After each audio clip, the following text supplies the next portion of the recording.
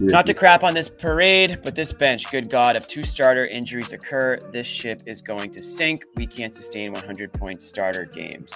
I didn't want to get into the negative part of this one, but we might as well talk about it a little bit here. We can circle around to a few different things, but the bench tonight, and again, it's going to be very rare when you're going to see 5 bench guys in at the same time. Thank God. Right.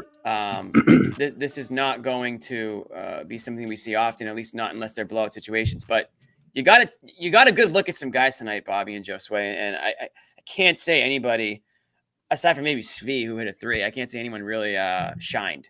And Bobby, I'll let you start because you've been hyping certain guys on this bench here. Yeah, it was a bad night for all of them, pretty much, except Lamar Stevens. Svi made a few plays late. Emmaus Cade is hurt now, which isn't great. So this would have been a good night to see him, and he ends up on the bench injured. So this isn't a great group of players. It's mostly minimum guys. It's mostly players who came up from the G League in Luke Cornett's case, and Sam Hauser certainly too. So you have one good year on the books of Sam, and you wonder how much defenses start to play him a little differently. I thought he was good in the late stages of the preseason, but so far through the regular season, it's been rough. Not much to talk about in that Knicks game. He was terrible early in the Heat game, and they had to go in a different direction.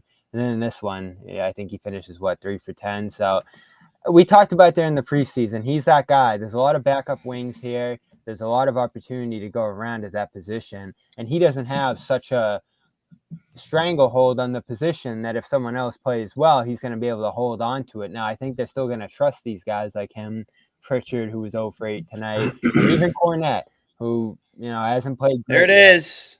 I mean, these are guys. These are guys you saw play well last year, so I do think you exercise some level of patience with them.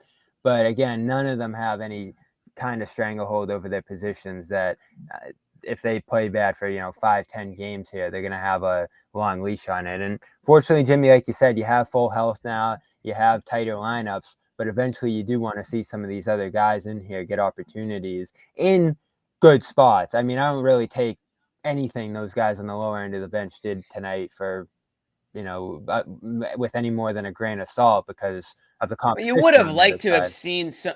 You would have liked to have seen some production. I mean, this is against a Wizards team that doesn't have much talent on their end either, and this would have been the perfect game to say, okay, maybe the Celtics have something here with this guy, or maybe there's something here that they could zone in on with that guy. But man, you go down the line, Bobby and Josue, please chime in here. Hauser, 3 of 10. Pritchard, 0 of 8. Cornette didn't take a shot, but let's just assume he would have missed it if he did. He was minus 11 in 11 minutes. He did drop the pass. Yep. Brissett, minus 10, and he was 0 for 4. Banton, 1 of 3, and he was a minus 17. Yeah. I mean, who there's going to be – it hasn't happened yet, but we're already seeing it around the league. Load management here, load management there. Teams are not shying away from it despite what the NBA is trying to do to stop it. Are the Celtics going to be able to sit guys once in a while, or are they going to have to worry about playing 5-on-4 basketball? Yeah, I mean, look, it's interesting because what was it? Drew said something about, are you worried about production or scoring pressure coming off the bench? And Scott was like, oh, on a team like this, you don't need scoring off the bench. You don't have to worry about that. I'm like, yeah, you need some scoring off the bench, though. All right, guys. I mean, you got to find some consistency. You need secondary somewhere. Right. You need some secondary scoring. You need that consistency because you're going to have starters dipping into, helping the second unit, and all of a sudden all those minutes add up. And look, you just want to be able to find some sort of trust from the second unit and guys not named Al Horford. And I think that's when the Hausers and the Pritchards come up. I mean, these are the two guys that obviously have, more experience than most of the second unit guys that, have been in this system and with the Celtics.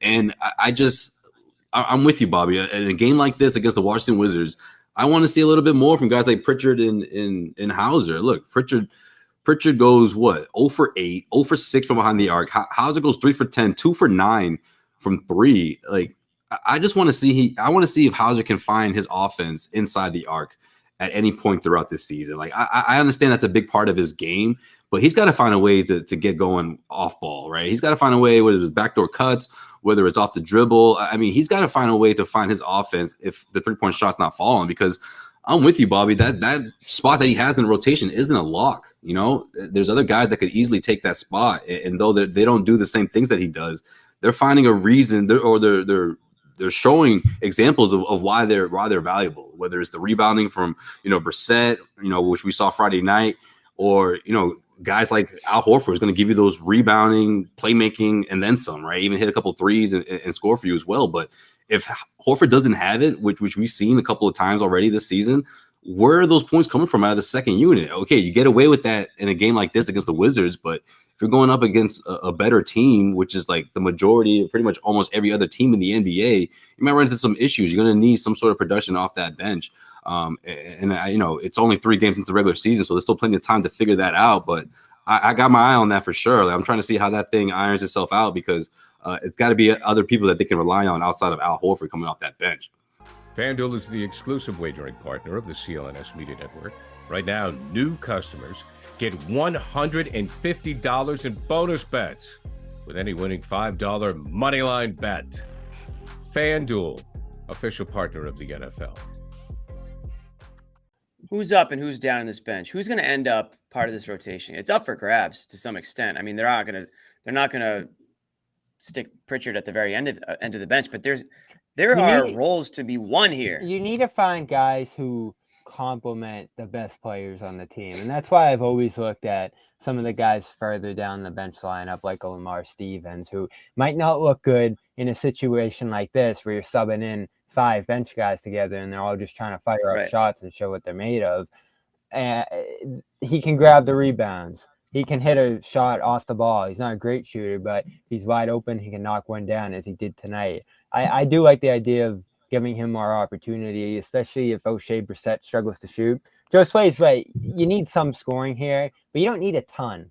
And obviously the starters aren't going to score 100 points a game, but they are going to be able to handle the brunt of the scoring load here, and that's how this team's going to play. So you need guys who do the little things, Jimmy, the rebounding, the defense certainly, and even some of the facilitating. Like, I still like the idea of Delano Banton as a guy who can pass and defend wings. The shot's not going to be there, but you don't need a ton of shots from him or a ton of minutes. This is what you decided to do, Jimmy. If people are pissed about the bench, they should go back and reverse the Holiday trade and get you 2 bench rotation players back. You're playing with a thin team full of minimum guys. So this is what you get. You can't have everything. It's the one thing John says that I agree with. You can't have everything on a roster. The one thing. Just one, John. That's it. So, they're going to be patient here, Jimmy. They're going to see what they have. Hopefully Joe works with the rotation a little bit, because a lot of these guys really haven't gotten a chance yet. And then close to the deadline, you see what opportunities become available. They're not going to make a big trade right now and send out a first-round pick because the bench played bad for 3 games.